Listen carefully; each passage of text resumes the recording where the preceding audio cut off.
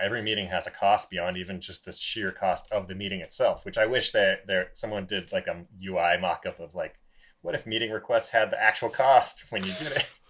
Like, I wish they did that because, oh man, so expensive.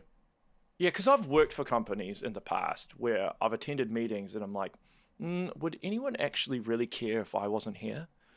Or it's like, Or why this do could I? be an email. Yeah, like why do I need to be here? Why is this meeting taking place? Because sometimes it does feel like the meeting is being held just for the purpose of the person who's having the meeting.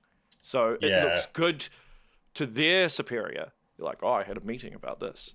But I don't know how productive it is. I mean, how many of those 20 meetings you were having a week would you say were actually productive? I think you could easily have done like a quarter of the meetings. And this is also something I did on like when I was art lead on 76. I just like ended up canceling more than half of the meetings as we went to ship. It's like, because so many of these meetings were like standing meetings every single week. It's like, what if we did every other week? It's like, hey, guess what? It's fine.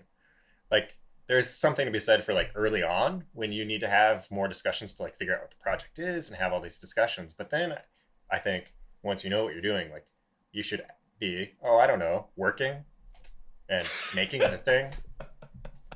Fair enough, because you were lead on Fallout 76, so that pretty much Right. is just meetings, right?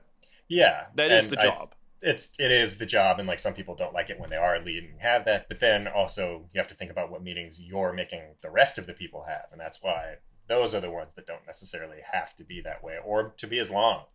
Like I had to sit in meetings sometimes where they were like scrolling through the Slack channel about updates people posted. It's like, dude, we're all in that Slack channel.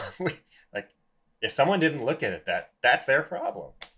Like, I want new information and discussion. I'm pretty sure the number of producers on Starfield is like more than the size of the team on Fallout 3. Really? Yeah, because it's like a producer for every 6 or 7 people or something like that. I forgot what exact ballpark number it is for that, but it's there's some metric like that where they try and have that for managing all the tasks and everything, I which wonder is if a that's lot. yeah. I wonder if that's even necessary. I mean, I don't know. I mean, you're obviously in the trenches, so you'd probably have an understanding of it. But there must be a more efficient way of doing it, surely. I think You see. it depends a lot on the personality types of who you hire as part of it. Like some people, like I think I'm obviously one of those people who you can just be like, do this thing, and I'll do that thing, and I'll probably even get it done ahead of time or whatever. But some people need to be like, here's the thing, here's exactly when you need to finish it by, and then they need maybe more checking up on. So it depends on the personality type and the experience level. And at that scale, you can't necessarily be as picky, I think. But Yeah, that's it's not the true. way I like to work. And of course, on top of that, you got outsourcing as well. That's tied Yeah, into the production.